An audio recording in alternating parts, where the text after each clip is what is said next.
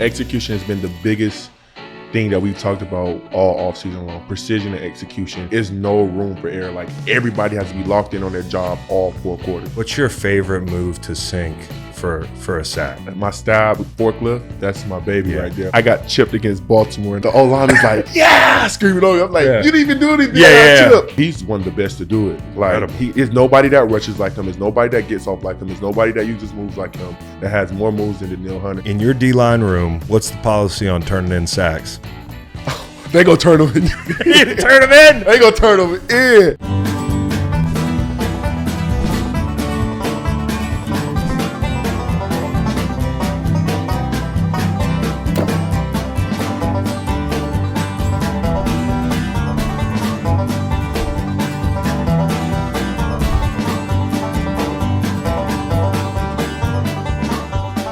All right, for the second time on the Greenlight Pod, Will Anderson, everybody, first off, welcome to the show. It's been like, we looked at the calendar, dude. It's been exactly 2 years pretty much since I talked to you. Yep. I think the first time I talked to you, you had to do your rookie show later that day or something. Probably so, yeah. How did that go? Do you remember? I don't. I'm not even gonna lie. I don't. Now you're a big bet. It was so long ago. Yeah. It was so long ago. Yeah. But I sung what other thing? Can You Stand the Rain? Yeah. I saw Can You Stand the Rain. The guys backed me up. My D-line, they backed me up, so it went good. That's awesome. It went good. That's awesome. That you must have been a good rookie to those vets. They backed you up. Yeah, they messed with me. And then I hear that like 2 years later, the rookies are coming in, and DeMeco's telling the rookies, follow that guy around. You want to see how a Houston Texan operates, the way he works.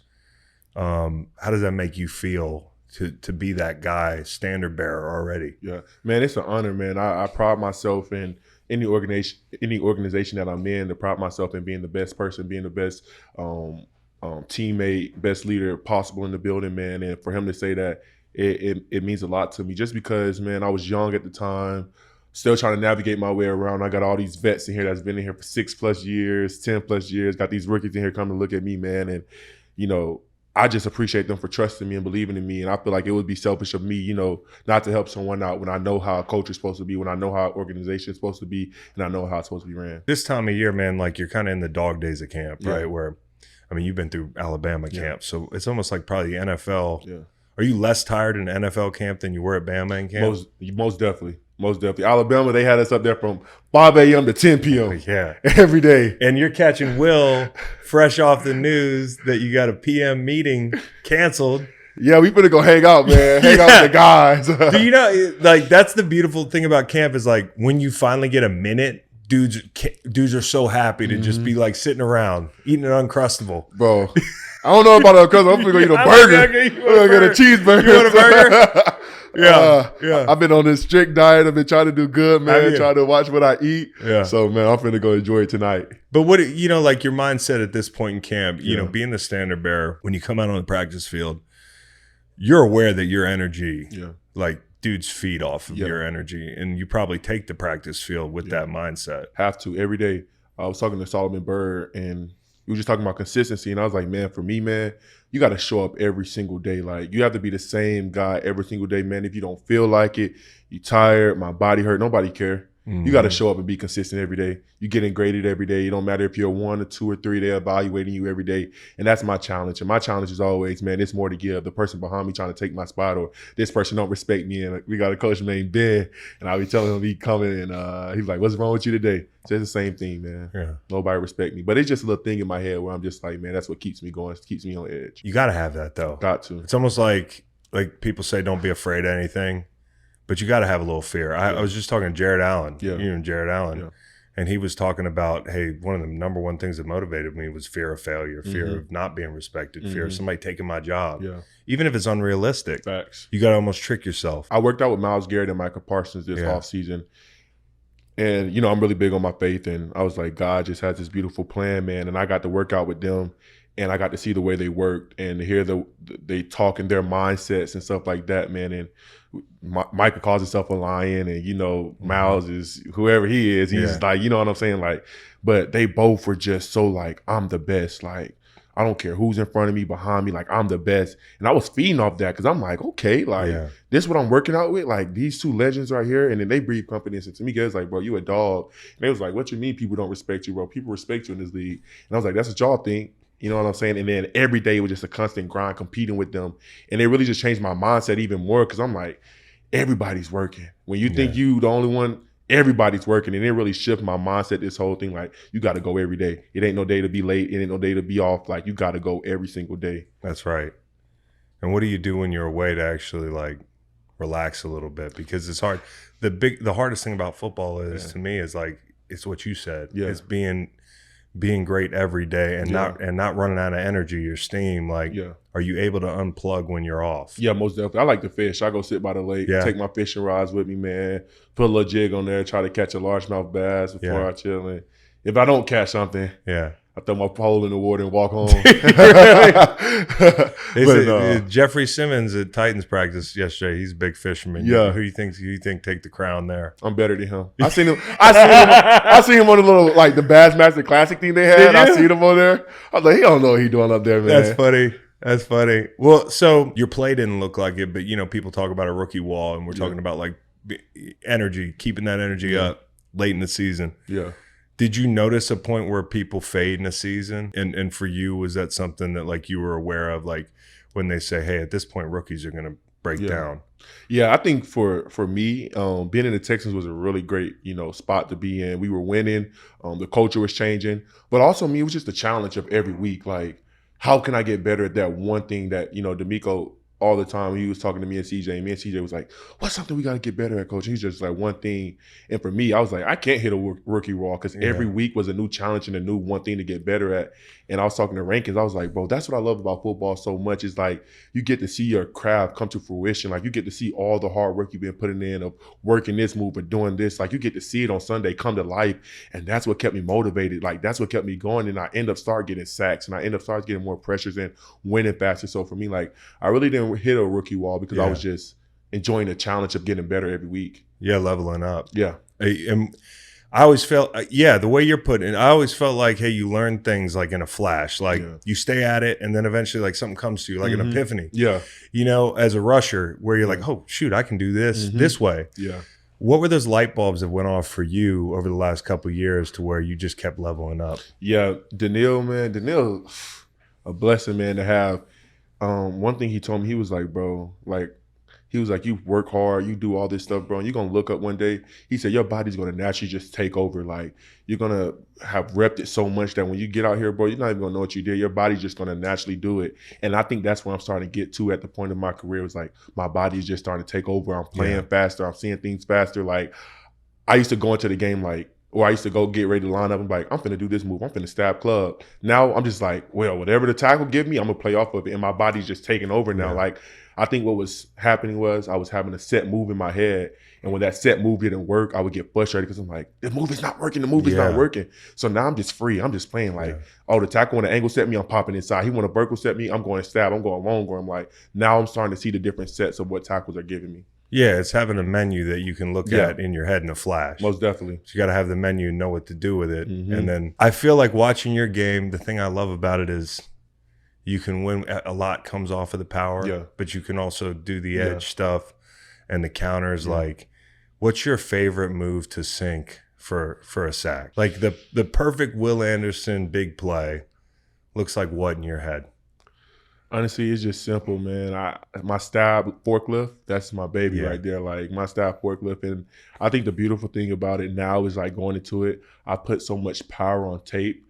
Like, just going against some of these tackles and stuff like that now, they're expecting me to do power. So it's just been able to open up my pass rush repertoire going into this year. And I remember, like, doing OTAs, me and DeMeco was talking, and I was already amped up. And he's like, I love it. He said, I just want to help you take your game to the next level. Just that one thing, man. And he was like, just keep working your hands at the top of your rush. And, like, that's been my baby. Like, this whole OTA, this whole training camp, everything, like, working my hands at the top of rush, getting their hands off me, using my jab, like Coach Rod, right? Like, one of the best D-line coaches I had, man. He's been working me on my jab, all that type of stuff, sitting tackles down, getting them to splash their hands for me. So it's been great. At the top of the rush, like, there's so many, if it doesn't click, you leave so many plays out there. Was there a point where, you were getting close a lot and missing some sacks? I felt like that was something, especially when I was a young player. It was like, man, like winning the rush is hard enough, but then damn, you got to get these guys down. Yep. And I think the easiest thing also is like, I need to get these guys down, but we was like, we're going to take it to the next level. Let's reach. Let's get the ball. Yeah, you know what I'm saying? So like, that's where I've been at now. Like even in practice today, I'm like, I'm watching TJ and Miles get all these sacks, and sometimes they're not even touching the guy. They're just swatting at the ball. So like we, Coach Rye, he did an excellent presentation to just like run, reach, and not reaching with height, but reaching with length, because they're going to call it now. You hit quarterback on the head, face mask, anything going to call it. So like reaching with length to go for that attack in the elbow and stuff like that. Now like you get way more sacks and way more pressure just by doing that. And it's going to pull your hips through. If you reach that way, you can pull your hips through. What's a move you've seen people sink that you're like, man, that'd be nice, but I don't know if I have it in my bag? I love talking about Danielle. Yeah, he's one of those people. He's the perfect like, guy. All right, do is like I can watch tape of him, but I can't necessarily try everything. I get the click and I'm like, I want to watch it just because I want to get excited, but I'm gonna skip it because I know I can't do it. But when Danielle first got here, I tried to do the pull through almost every day, and I couldn't do it. He worked with me on it, everything, but like. He's a guy, man, that I watch. There's nobody in this league like him. Yeah. And I got to give a huge shout out to him because, man, like, he deserves all the recognition, man. I like, bro, he's one of the best to do it. He's like, there's nobody that rushes like him. There's nobody that gets off like him. There's nobody that uses moves like him, that has more moves than Danielle Hunter, and that's winning with them like constantly and getting pressures like he does. And he's one of those guys where I watch, I'm like, Danielle, you in your own category, big dog. Exactly. I'm going to let you have it. I don't want to try anything or attempt to even put my body in those positions to even do it, but he's a dog. Well, it's tough because, like, I remember they used to show us, like, all right, and here's Julius Peppers. And I'm like, well, I'm going to leave the room for a second and go to the bathroom because I can't really do anything with it. How about these joint practices, man? Like, I felt like in camp, I used to get bored with the same set. Yeah. Nothing against the guy who's giving me a look. Yeah. Might be a great player, but you can kind of get stagnant working the same moves on the same set. How is it for you, and what do you want to get out of these joint practices? Yeah, these joint practices have been great. Titus is a great tackle. Tay has been great for us, getting good work in. Obviously today going against Penei, it was really good going against him. He's a different type of set guy, more angled, then retreat back. So I haven't really seen that much. And then Carolina, strong inside hand puncher, angles really quick and just dies a slow death. So basically, but where we're going to see, we run line, so we're going to see a lot of angle sets. We're going to see a lot of things. So like, just being able to work different moves, work my counters, be able to lift the hands off me, stuff like that. It's really been great, and that's the type of things you want to take from these joint practices, man. Like these tackles are different, how they set it, and it's a quick turnaround. You got to learn them very quickly within practice. So it's been good. Well, it's like the game, like, and you might watch a tape of a guy and be like, oh, that's there for me, but for some reason it's not. When you get in the game, it's something totally different. I've been basing my whole rush plan off of being able to run this guy over. Yes. And then all of a sudden I'm like, damn, his anchor didn't work. I'm watching him go against this guy. He's doing this, and he's doing this against this guy, and he switches up. So you got to have the curveballs, man. You got to be able to, counter punch, man. Like seeing him today, I thought he was a lot taller, but man, the guy's just like, he's a brick, know what house, dude. He's like, huge. Yeah. He's huge.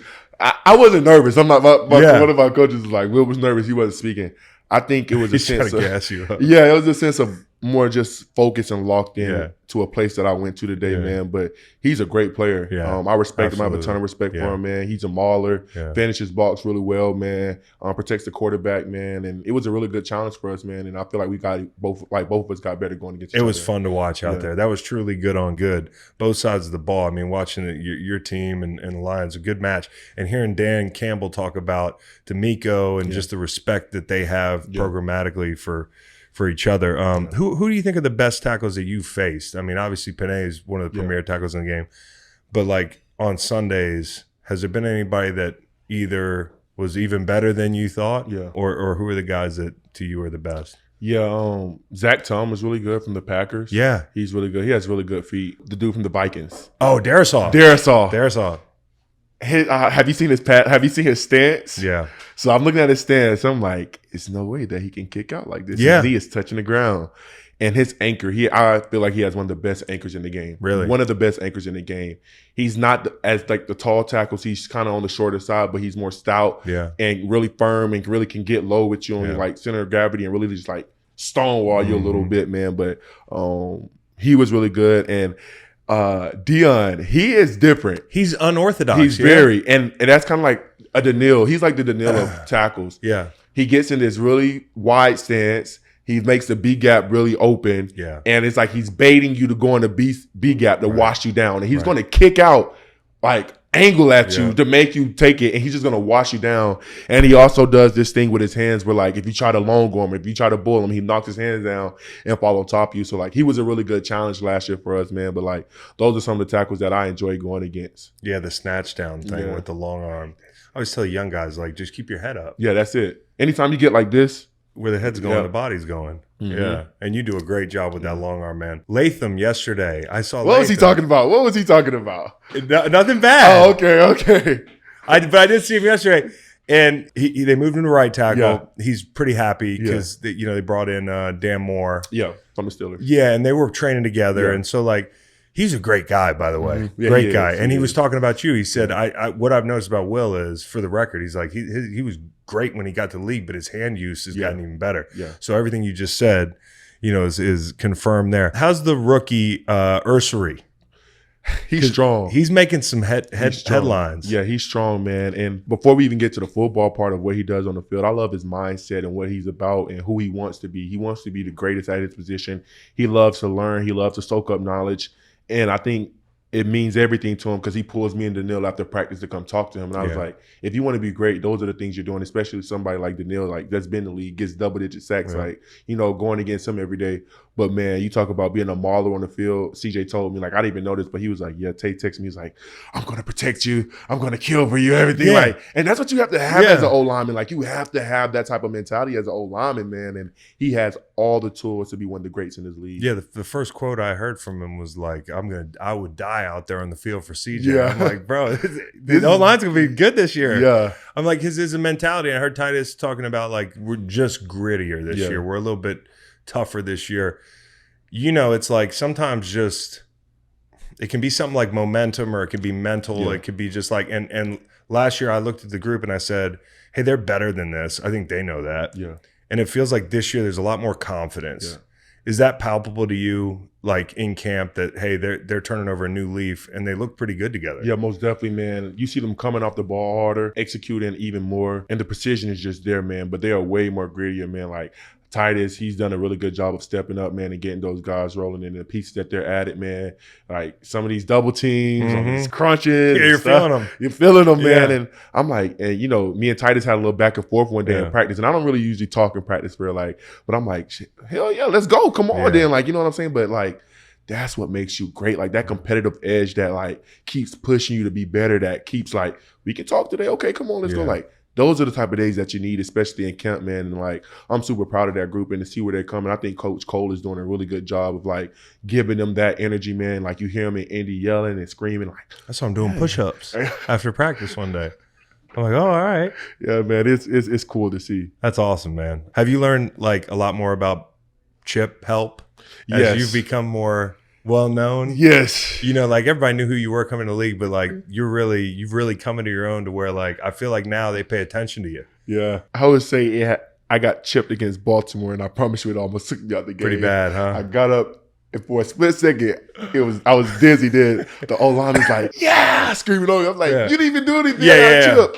But like ever since then, like me and my coach, like we got to come up with a chip plan. So like he's done a phenomenal job, man, of just in and out and in, man, like, or just beating the chip on the edge and just running the hoop, or like stemming inside, like the move I had today. I stemmed inside of the chip, popped back outside. We call that an in and out. So just different variations of, man, just playing with the chip and making it your own. And sometimes you say, just chip the chipper. Yeah. Hit him before he hit you. Mine as well. Yeah. And I always think the tight end chips are almost trickier. Yeah. Because they affect where you align. And that's, okay, so like, sometimes at camp I was getting a little frustrated because I was starting alignment. They would motion him in. So I'm like, what do I do now? Because I'm gonna get caught stemming when the ball snaps. Yeah, and I was like, sometimes I feel like they kind of make it tricky because I'm like, I'm so far away from the quarterback. Yeah. It's gonna take me longer than the tackle just sitting back there folding, waiting for me to get there. And no question.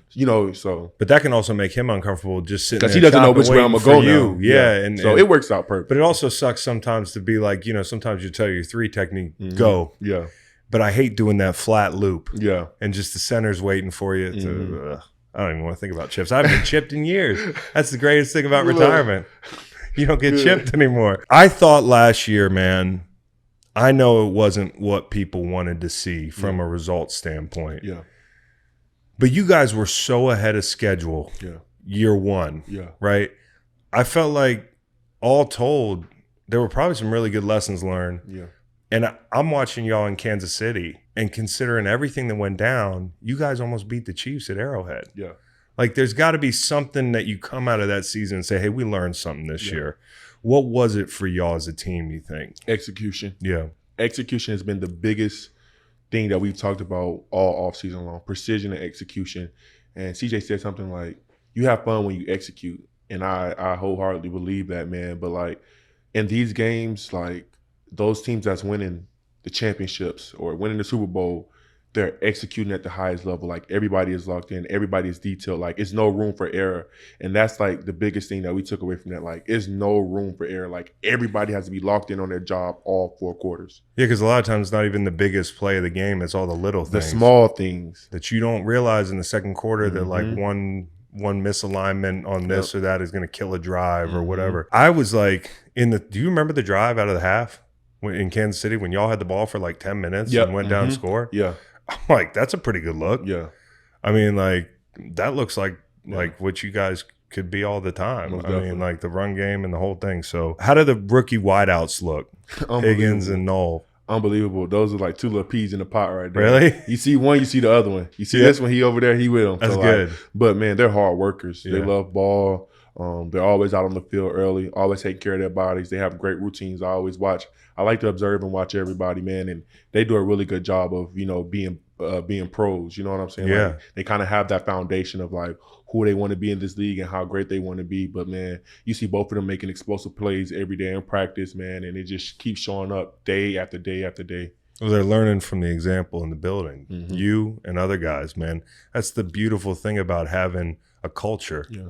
Is like it's easier on the rookies because the rookies come in and they're looking around. Like when you came in, you were looking around and you found, eventually Hunter and guys like that. Yeah. So, they're looking at you. The joint practice thing, I thought it was really cool seeing you and Bryce getting back together. Yeah.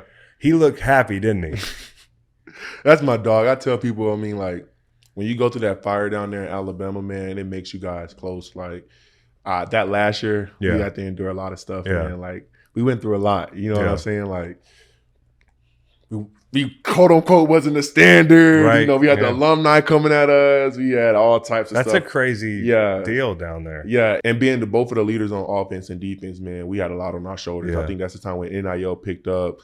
So players were transitioning, players was leaving. We was trying to get the culture back, new coaches, all that type of stuff, man. And we kind of just bonded and grew closer because we had to have each other's back, especially being leaders, man. So, like, we had got really close my last year at Alabama, man, because he's like, bro, we in this together, big dog. I got your back through it all. So, like, it was really good seeing my dog, and I'm excited. And he's playing well. I'm excited for and him. you can tell he's more confident, which imagine that. Confidence matters. And that team looks better. So, hey, by the way, I got down to Tuscaloosa for the LSU game your rookie year. You were probably in the hotel watching film, or they were bed checking you. But I was at Galette's. Yeah. I fell in love with this place. I love Tuscaloosa. Do you? I love Tuscaloosa. Dude, I was like, I went home and I bought an Alabama flag and put it on in the studio. It's in there, right, guys? I said, my son's going to commit to Alabama. They offer him now, Alabama's great, man. Alabama's great. I love my time down there, Yeah. man. I met some really great people. Got a lot of great relationships down there, man. It's real football. It's one thing I love The about it. culture is I got a crazy. story for you. Yeah. So I early did roll, right? And that's when they start. That's when Cochran was there, and they was on the 4th quarter program. And honestly, I'm not gonna lie to you. I'll be 100% honest. I've said this before. When I committed to Alabama, of course, I was like, I want to go down there and compete. Like, I want to prove to myself I'm the best. But I was really taking the gamble because I really was like, in the back of my head, I really was like, why are they so good? What do they do to make them so good? So I was really like, I really just want to commit to see what they're gonna do. For real. Yeah. And so I got down there, and we had our first day of 4th quarter. And when Coach brung it up, I almost wanted to leave. I'm not gonna lie. I almost wanted. I was like, this is why they're so great. Like, this is the work they put in to be so great. Because they filter out the people that don't want to be there. Yeah. And they also don't need to beg anybody to be there. That part. It's like when I was in New England, like Bill doesn't have to beg anybody. Yeah. It's like, and you know Nick from being, Oh, he don't care. Like, it's just either you do your job or you don't. Or they gonna find somebody else to do it. But bro, you and me, at Virginia, and I had a Bill Parcells tree coach in Al Groh, and he was like a real hard ass. I want to transfer. I was this close to transferring. So like, you got to go to the edge of quitting to find out if it's what you really want to do. Yeah. Like, it was to the point where like I couldn't even focus on class, and I'm like, we got practice coming up. We got fourth quarter program coming up. I can't even focus in class. I'm like, bro, I'm thinking about this shit all day. Like, I know exactly what you mean too. Hey, you know what's so funny? In our notes from the first time I interviewed you, I was like, how you doing? And you were like, man, it's great. There's no class, anything. It's just football. Facts. I was like, oh man, that's true. You ever talk to, when you walked up earlier, me and Barnett were catching up. It was crazy, man. Yeah. I hadn't seen Derek since, I go, when's the last time I saw you? Now he's bald. I said, when's the last time I saw you? He goes, man, I think it was the parade. Like, and that's how quick it goes, man. Like, and all of a sudden he's an 8-9 year vet, but like, I really hope this for you and your group, that you get a chance to feel what a championship's like. Yeah. Do you ever talk to Derek or anybody that's gotten a chance to do it about what it feels like and what it takes? Yeah, most definitely. Yeah. It's crazy that you say that, because Coach Ryans last year, he's basically saying like, if anybody's won a Super Bowl in your position group, have them speak about it, like in the room. Yeah. And Derek was one of the guys that spoke to us, man. And he was like, man, he said the year they won the Super Bowl, that group was the most connected group that he's ever been a part of. And he said it really just came down to us executing, man. Like, that's what it was about. And that's how we were able to win the Super Bowl, man. We were like this. We were locked in, and everybody was just doing their job, flying around.